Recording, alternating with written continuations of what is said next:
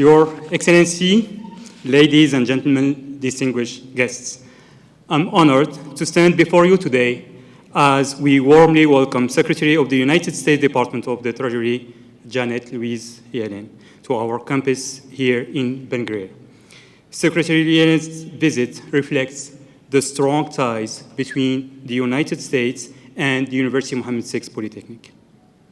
Moreover, her visit comes at a time when Marrakesh hosts the annual meetings of the World Bank and the International Monetary Fund.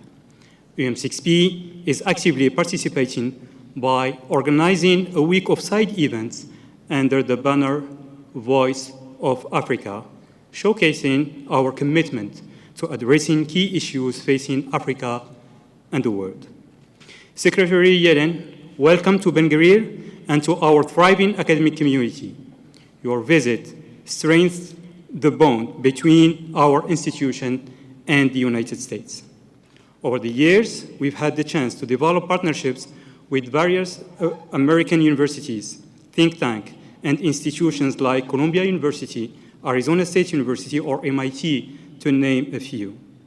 These partnerships have enriched our educational and research initiative, opening new pathways for academic and scientific progress.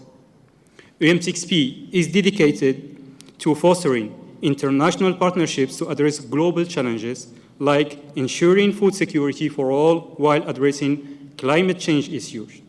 Our collaborations with entities like the World Bank, USAID, and numerous esteemed American universities exemplify this commitment. Secretary Yellen, we sincerely appreciate you taking the time to honor us with your presence. Your illustrious career in public service and finance, including your significant contributions as the chair of the Federal Reserve and the first woman to be nominated as the Secretary of Treasury, is truly inspiring. We are thrilled to have you here, Secretary Yellen, and look forward to the discussions and insights these days will bring. Thank you so much.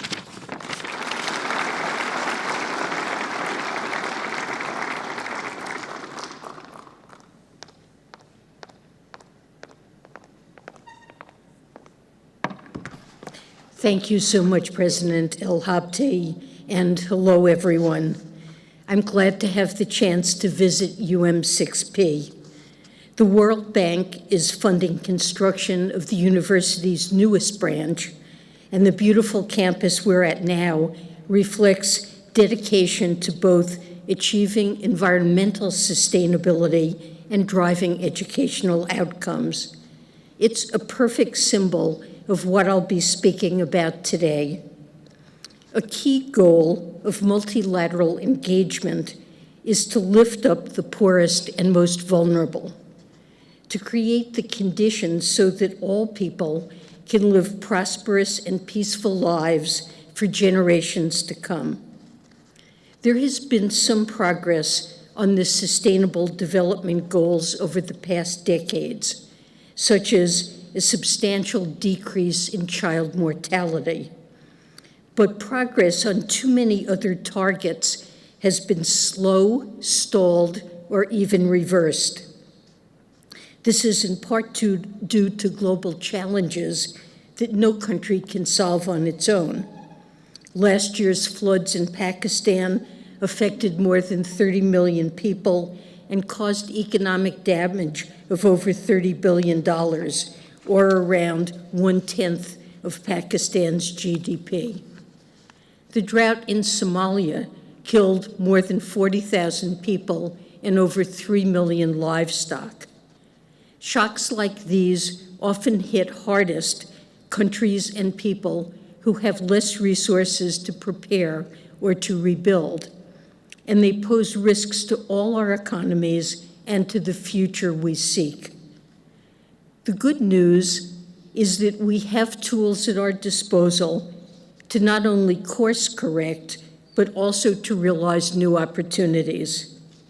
The multilateral development banks, the International Monetary Fund, and the debt architecture, as well as private sector and domestic resources that can be mobilized, comprise a powerful international architecture. This architecture has changed over time to meet new challenges. and it must change again to meet the urgent global challenges of our time. That's why, during last year's annual meetings, I called for the evolution of the multilateral development banks. At this one-year mark, we can see the tremendous progress we've made. We've aligned around a common vision and formed a broad coalition to demand the reforms that are needed. Evolution is now high on the G20's agenda, and the Indonesian and Indian presidencies have played key roles. We've heard the clarion calls of leaders from Prime Minister Motley of Barbados to President Ruto of Kenya. And at the World Bank itself, we have a new president, Ajay Banga, who has already begun turning this vision into action. While we started with a focus on the World Bank, we're also bringing this agenda to the regional development banks. We're positioning the International Monetary Fund to continue fulfilling its own critical mandate. And we're pushing to make the debt architecture work better and faster. In my remarks today, I'll reflect on what we've accomplished in just 1 year and on what we need to do to keep the momentum going. I'll also highlight the concrete differences these changes will make for emerging markets and developing countries and for all of us. The World Bank was formed in the aftermath of World War II. Its initial focus was on supporting recovery from the war, which is why its first loan was to France. But it expanded its mission, lending, and geographic reach. And in 2013, it formalized a new mission in the twin goals to end extreme poverty and boost shared prosperity. A decade later, the global challenges of climate change, pandemics, and fragility and conflict threaten the achievement of these twin goals. So addressing these challenges needs to be an integral part of the work of development institutions. And change starts with mission. This week in Marrakesh, the World Bank Board of Governors will endorse a new vision to end poverty on a livable planet. This vision reflects a broader consensus.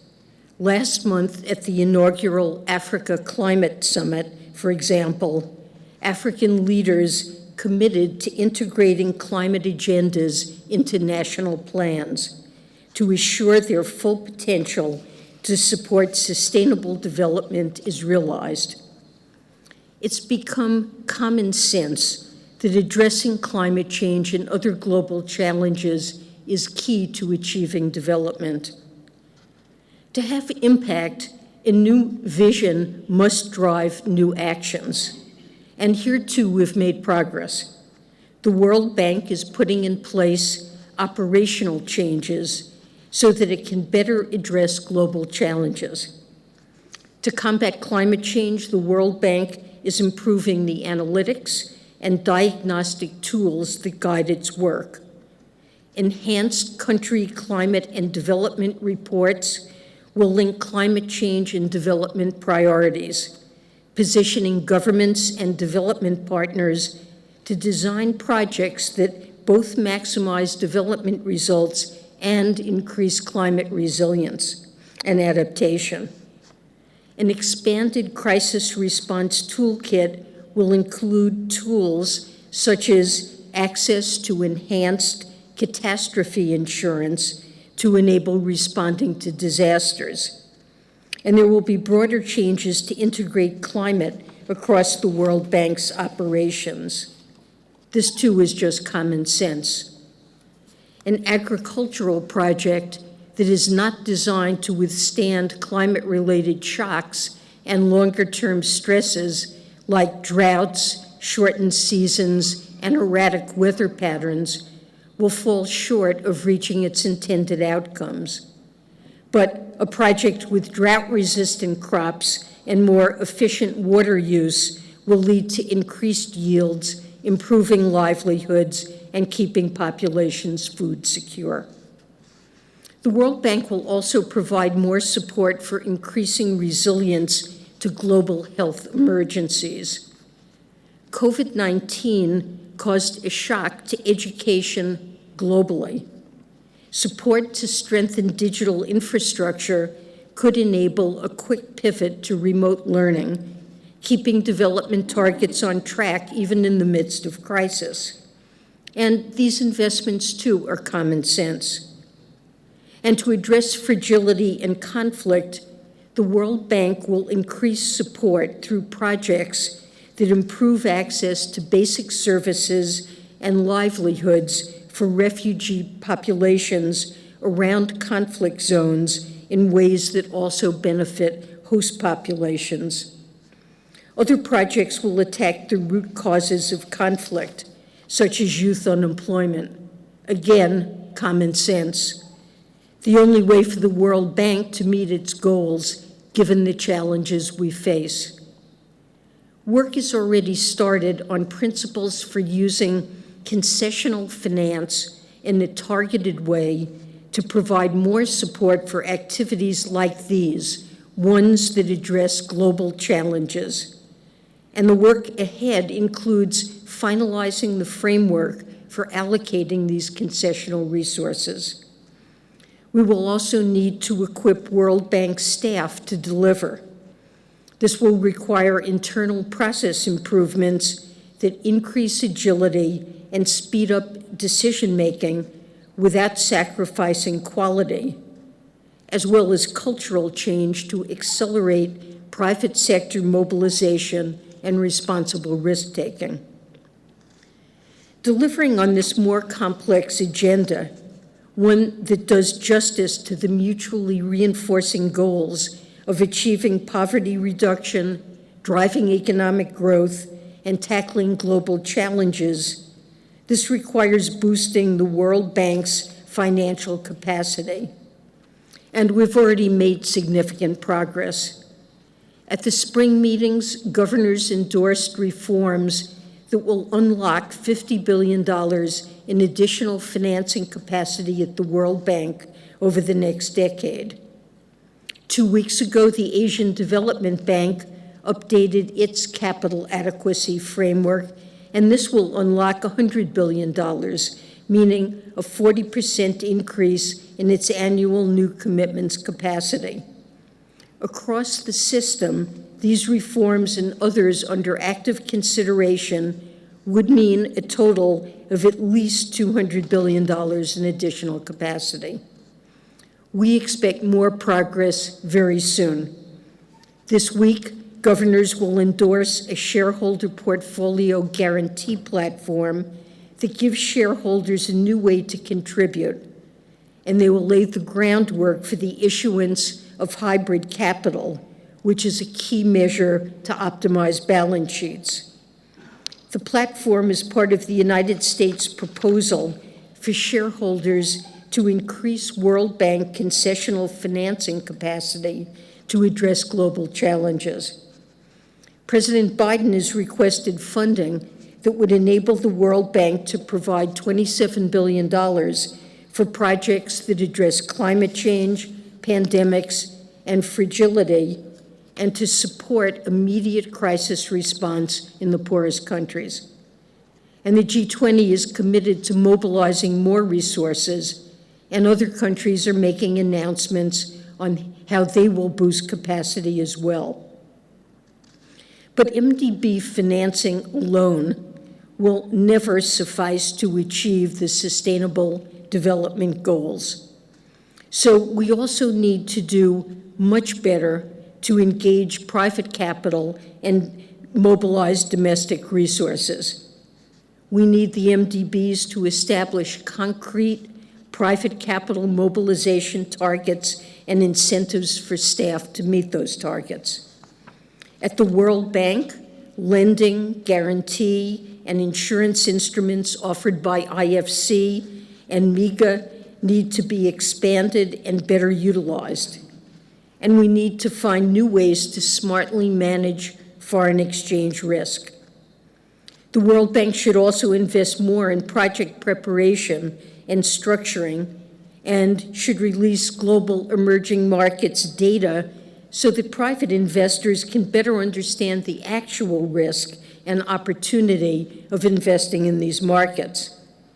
And it should provide additional support to countries to put in place the right policies to grow healthy private sectors and local capital markets, and to increase domestic resource mobilization.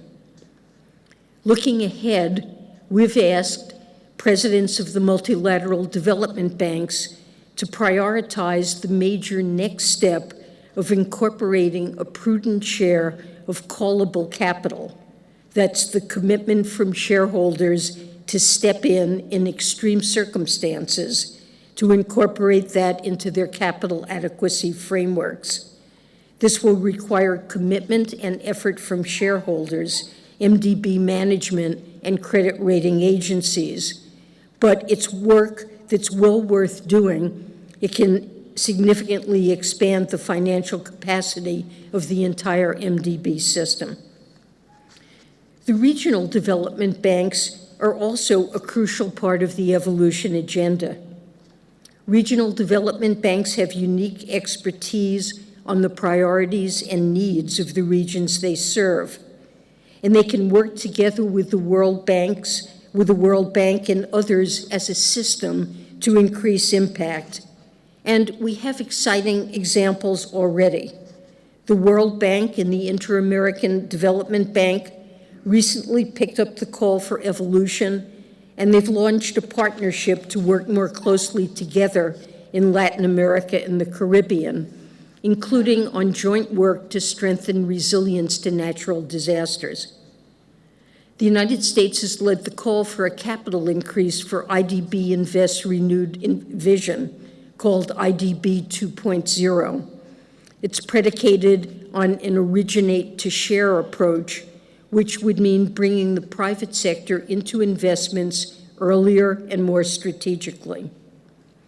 The African Development Bank is the first multilateral development bank to create a framework for hybrid capital, and it's pursuing its first transaction. And the African Development Bank is also supporting Africa 50's recent launch of Africa's first asset recycling program, which is designed to free up government funds for infrastructure investments by involving the private sector. Development banks are only one part of the international financial architecture. So we've also turned our attention to the IMF. Like the development banks, the IMF has undertaken reforms over decades. In its case, to fulfill its mandate of overseeing the stability of the international monetary system. This moment demands additional change at the IMF as well. Our efforts start with making sure the IMF has sufficient resources.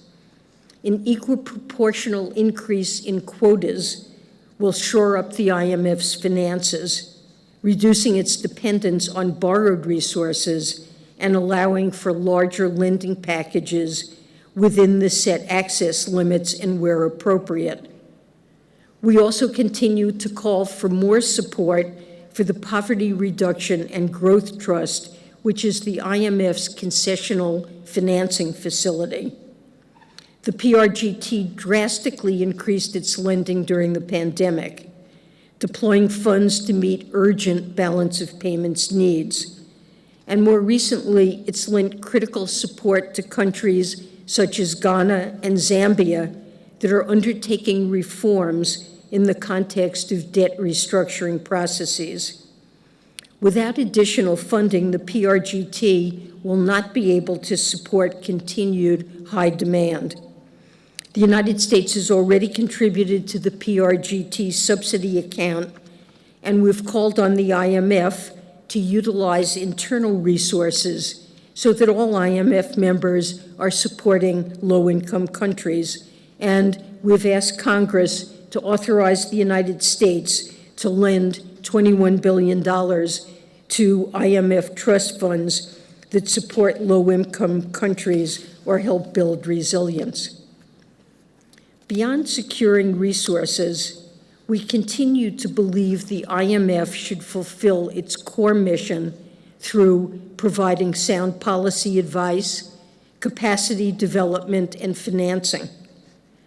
Perhaps the most important work the IMF can undertake is to support a country to find sustainable macroeconomic footing through deploying a combination of these tools. For example, the IMF's capacity-building efforts are helping drive increases in debt transparency. Like with investments in climate, these changes have impacts far beyond the country directly receiving support.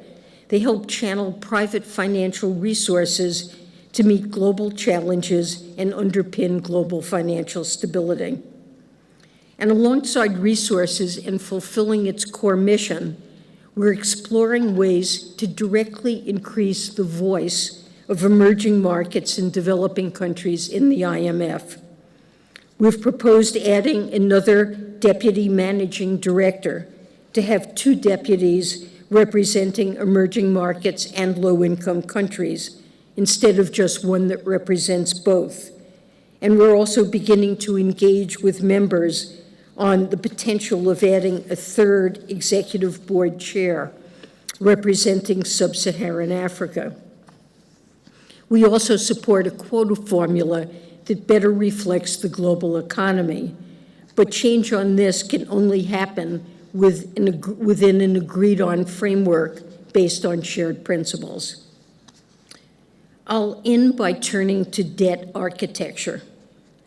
Public debt has been steadily rising for decades, and the pandemic caused it to sharply spike. The portion of low-income countries in or at high risk of debt distress has doubled since 2015. And this is inextricably linked to the challenges I've already discussed. Debt poses risk to development and financial sustainability. When Ghana sought an IMF program in debt treatment under the Common Framework last year, a shocking 47% of government revenues were going to service debt. These were funds that were unavailable to invest in preventing the next climate shock or strengthening health systems. Well, over the past year, we've made progress on debt restructuring in particular cases. For example, Zambia reached a deal with foreign government creditors in June, but it took far too long to get there. The past year has also seen uptake of new creative solutions, such as climate-resilient debt clauses. These clauses pause debt repayments in the event of a climate disaster. And that means when the disaster hits, a borrower country will be able to spend much-needed funds on emergency response and recovery, exactly when such funds are most crucial. And investors will still get paid back, but just on a later timeline. The World Bank will be piloting these clauses as part of its expanded crisis response toolkit. Well, looking ahead, we need to continue efforts to quickly resolve debt distress in other cases. And we also need to accelerate our broader work to advance reforms at the Global Sovereign Debt Roundtable, an architecture that allows debt distress to be resolved quickly and predictably will allow countries to restart growth, make investments that improve lives, and contribute to the global economy. Well, we are not where we should be on the Sustainable Development Goals, and the global challenges we all face make achieving sustained progress even harder. But we have a pathway out through making bold reforms to the international financial architecture and then using it fully. I'm proud of how much we've accomplished in 1 year, and I believe there will be even deeper collaboration and more widespread commitment as we continue this work, including as Brazil assumes the G20 presidency. But we know there's much more to be done. The annual meetings have been held in Africa only once since 1947. That was 50 years ago, in 1973, in Nairobi. It was another moment of change in the world and for the World Bank. Here on the African continent, 1 month after the African Union became a formal member of the G20, we're defining the course forward at another key moment. We need an international financial architecture that lives up to the promise of multilateral engagement. And the past year has made me hopeful that we will jointly leverage the tools and shared political will we have to bring about a better world. Thank you very much.